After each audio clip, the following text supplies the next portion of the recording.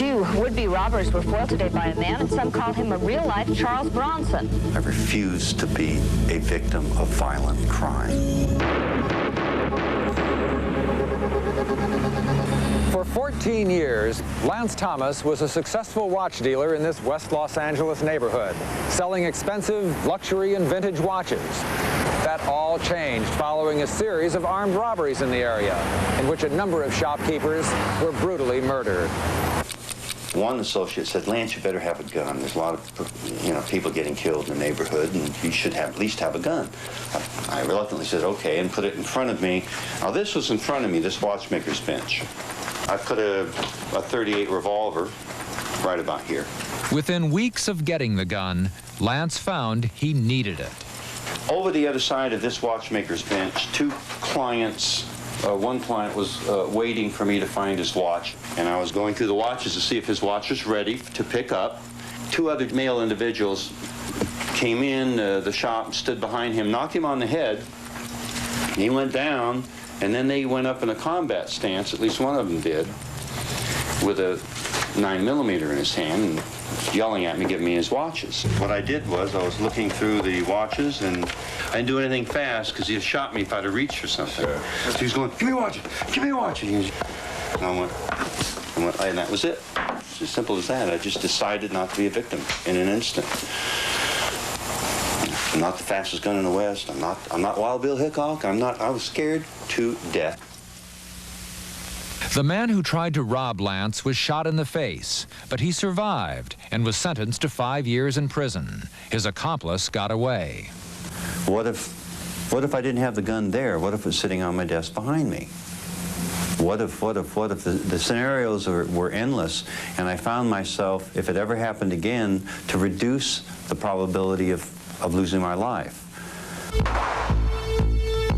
Lance did that by practicing at the gun range, training at a gym several days a week, and by working out gunfight tactics to every robbery scenario he could think of. He bought several more guns and hid them every 3 feet behind the showcase so that one would always be within reach if robbers struck again.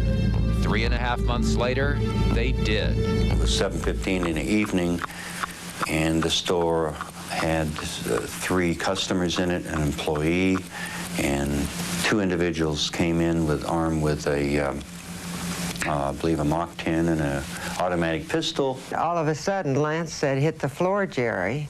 And I don't know how, nobody was holding on to me. I just went down. Immediately came up, firing at both of them, and he firing at me as I came up. In the middle of the gunfight, with 2 robbers inside the store and 2 others outside, Lance Thomas managed to call 911. I need a police car at 12118 Santa Monica, robbery in progress. Where is this at? Santa Monica, What's the name of the business? the watch company. All right.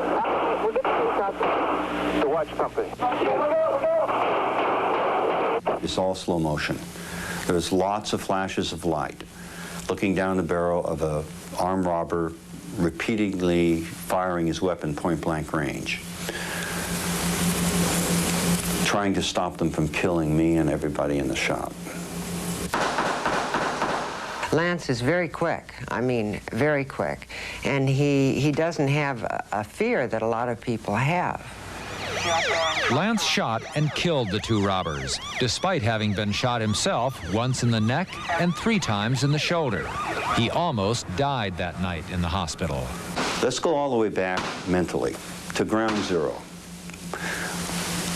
I'm faced with an armed intruder. Now, I have to make a mental decision to be a victim of his mercy. Or exercise the right of self-defense and fight back. And in fighting back, part of that is the willingness to die and to kill.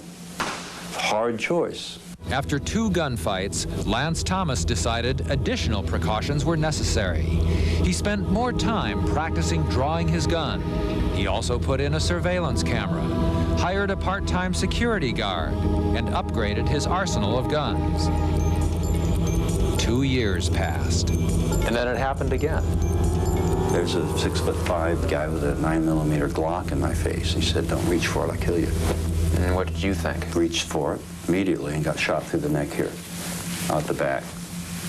Was able to get my hand on a semi-automatic weapon and torqued my wrist and shot 3 times. He shot twice more. And he died in the scene. The robber was the third to die in as many shootouts at Thomas's store. I went to the hospital, and it was, they didn't sever my spinal cord or my jugular. It just went in here and out here. So a Band-Aid sufficed, and I was back to work the next day. He said, "Don't do anything or I'll kill you." So why do anything? If you hadn't reached for your gun, maybe you wouldn't have gotten shot. Maybe he would have gotten a few of your watches, but it would have been over. Would have been up to him, wouldn't it? He had his finger on the trigger, and he intended to negotiate. There's no negotiation. My life is too precious for that. Did you think after that incident, maybe, you know, things are getting out of control here. Yes. It's time to get out of town. I put a double door in then. They came in anyway.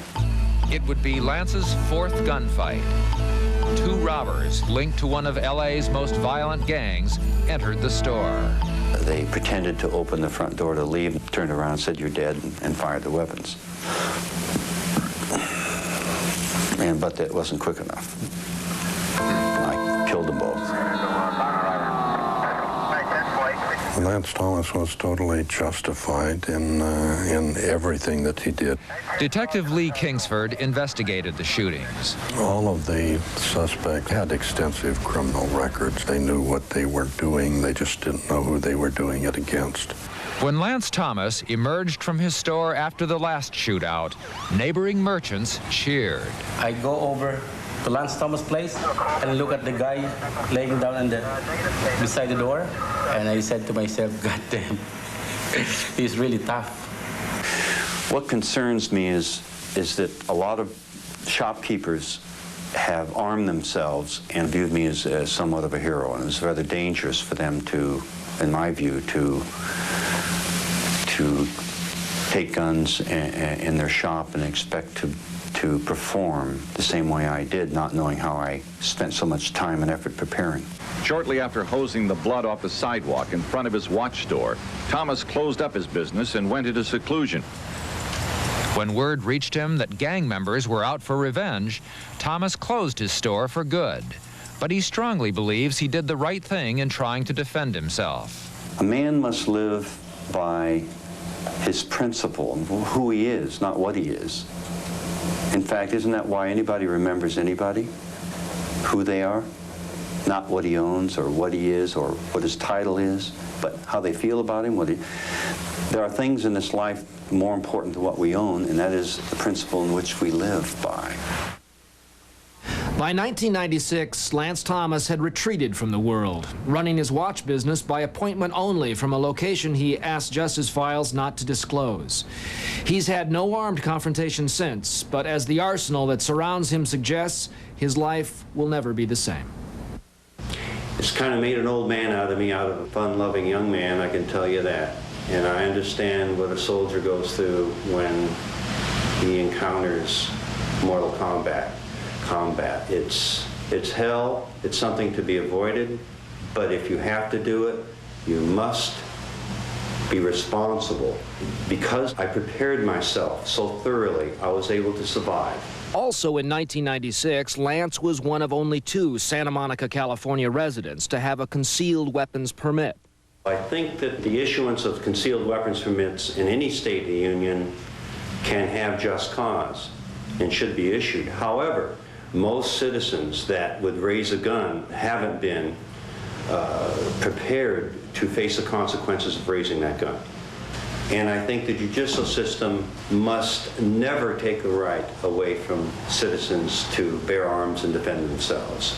But I think that they should cause citizens to be more responsible when invoking that right. Lance has invoked his right to defend himself with deadly consequences, and he recognizes the personal price he's paid.